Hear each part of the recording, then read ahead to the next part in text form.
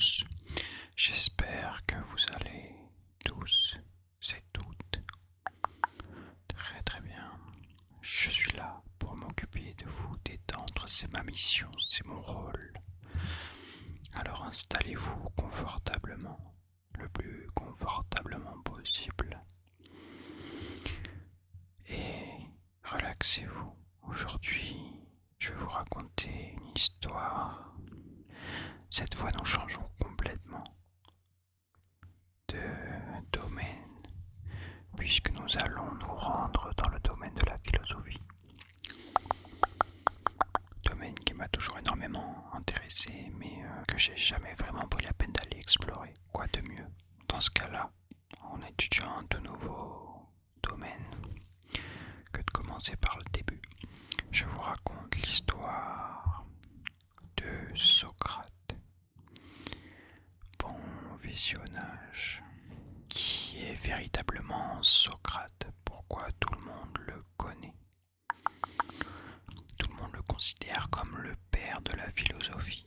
On le connaît tous pour cette fameuse phrase.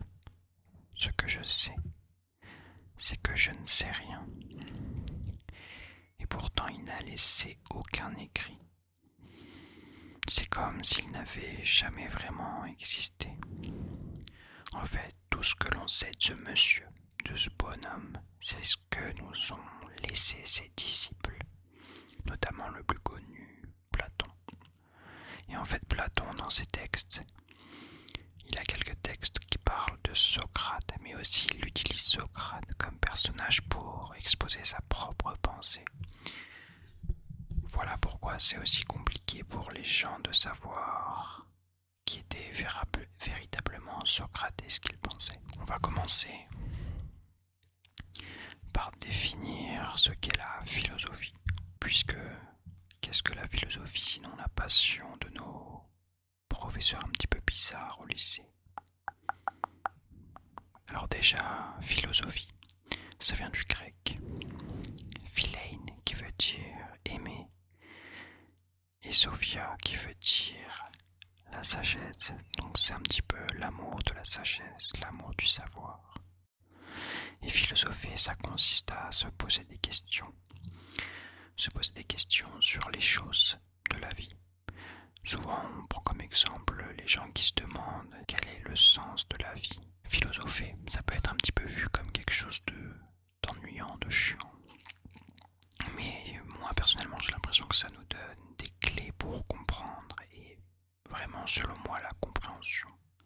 C'est un petit peu la clé de tout si on veut réussir ce qu'on entreprend. Comprendre, ça nous permet de maîtriser. Et maîtriser, ça nous permet d'apporter notre vision à quelque chose de commun. À partir d'aujourd'hui, nous allons découvrir un monde qui est un petit peu sombre pour notre génération. Le monde de la philosophie. Et quoi de mieux pour commencer que de découvrir la vie du premier philosophe connu, Socrate. Pour le contexte, nous nous retrouvons dans la Grèce antique.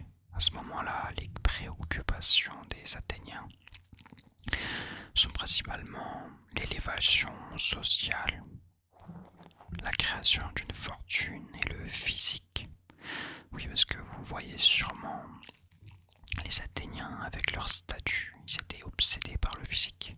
Les seuls penseurs à cette époque s'intéressent à des sujets comme la nature, les étoiles, les animaux, la physique, presque la science en fait. Mais en moins 470, on a un petit enfant qui va naître à Alopès, une petite commune d'Athènes. Il s'appelle Socrate. Son papa est tailleur de pierre et sa maman est une sage-femme. Socrate, il adore regarder les gens, il adore étudier leur comportement. Son activité favorite, c'est de marcher dans les rues d'Athènes. Avec son petit bâton, il déambule. On pourrait peut-être le prendre pour le fou du village, mais celui qui parle et qui dit n'importe quoi, mais qui est pas méchant, quoi. Mais lui, il adorait marcher. Il adorait marcher, regarder, réfléchir. Et je pense que ça vous le fait vous aussi quand vous marchez. Moi, c'était le cas, par exemple, quand ma famille me forçait à faire des balades. Et ben là, ton esprit s'échappe, tu penses à plein de choses. Ou alors quand j'allais courir, mon cerveau il pensait à plein de choses, enfin mon esprit.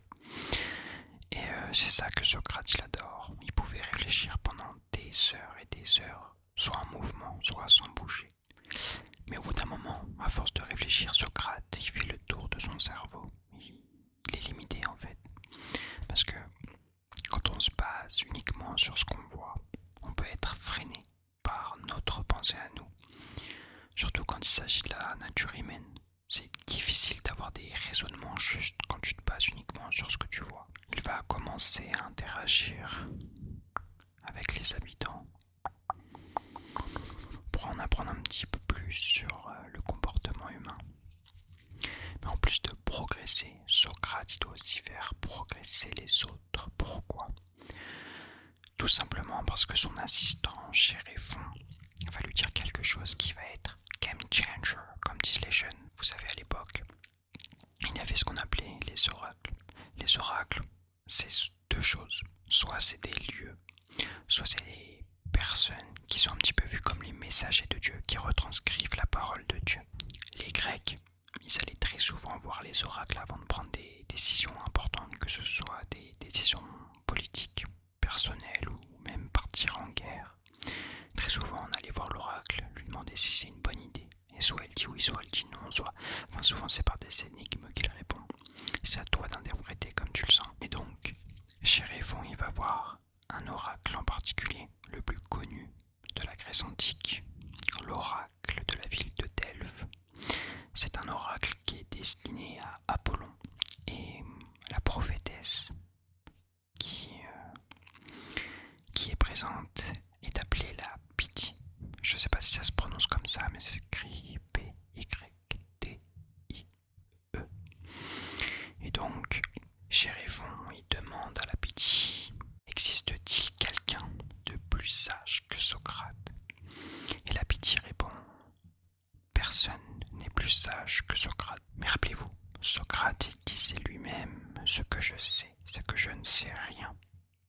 Il s'est dit, forcément il y a des sages, des poètes, des politiciens qui en savent plus. Mais en discutant avec eux, il s'est rendu de quelque chose. Il s'est rendu compte de quelque chose, c'est mieux quand j'oublie pas les mots. Il s'est rendu compte de quelque chose. Ils ne savent en réalité pas grand-chose. Et pire encore, ils ne se rendent même pas compte qu'ils ne savent pas de quoi ils parlent. Double ignorance. Et l'énigme est alors résolue. La sagesse de Socrate ne réside pas dans son savoir, mais dans sa capacité à prendre conscience qu'il ne sait pas grand-chose.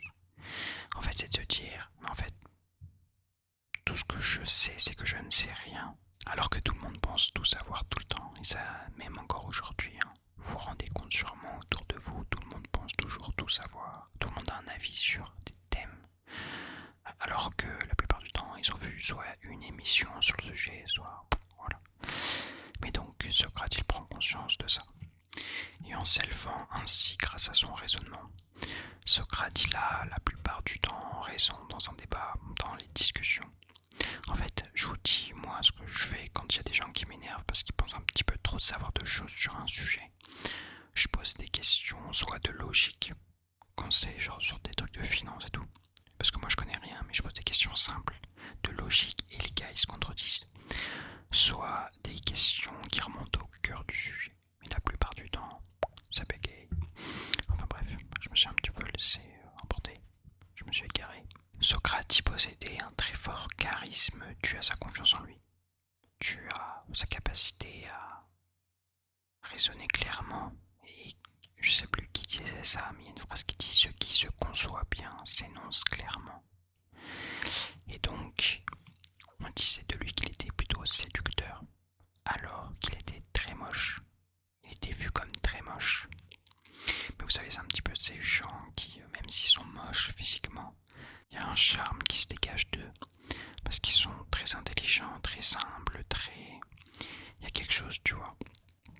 Et ben c'est ce genre de personne, Monsieur Socrate. Enfin bref, à côté de ça, dans sa vie personnelle, Socrate, il épouse une femme, Xanthippe, des prénoms de fous à l'époque, avec qui il aura 3 enfants. Mais Socrate, il est aussi bisexuel.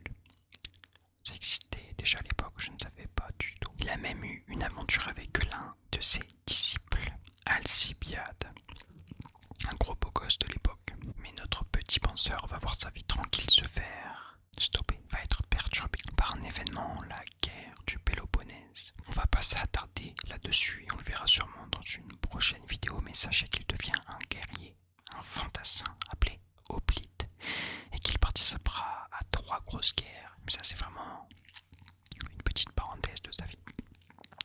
Là, on arrive au moment le plus important de sa vie. Socrate est accusé de causer le désordre dans la cité athénienne. 3 hommes l'accusent de 3 choses: de remettre en cause les dieux athéniens, d'en introduire de nouveaux et de corrompre la jeunesse avec ses idées. Le procès s'effectue et ce sont 500 citoyens qui auront le pouvoir de décider s'il est acquitté ou non. Et c'est la peine de mort qui est exigée. Mais Socrate, au lieu de brosser dans le sens du poil, va exiger qu'on le nourrisse gratuitement tous les jours. C'est de la provocation, c'est un petit peu pour dire c'est moi la victime dans cette histoire, vous avez complètement tort. Évidemment, ça ne marche pas, tout le monde s'énerve et il passera 1 mois en prison avant de mourir. Dans cette prison, on raconte qu'il aurait refusé une possible évasion par respect des lois athéniennes parce qu'il préfère être tué injustement plutôt que de commettre une injustice. Ça tabasse, ça c'est de la phrase. Le jour J arrive et Socrate se donne la mort en ingurgitant du poison. Il meurt alors en moins 399 à 70 ans dans sa ville, Athènes. C'est la fin du père de la philosophie, le plus sage des hommes, et pourtant il ne savait rien. Et c'est la fin de cette vidéo. Si elle vous a plu, je vais vous demander de mettre un petit commentaire, un petit pouce bleu pour aider la chaîne à grandir. Vous voyez, on est bientôt aux 100 abonnés. Au moment où je tourne cette vidéo, on est à 70 abonnés. C'est monté très rapidement grâce à Play ASMR, un grand merci à lui.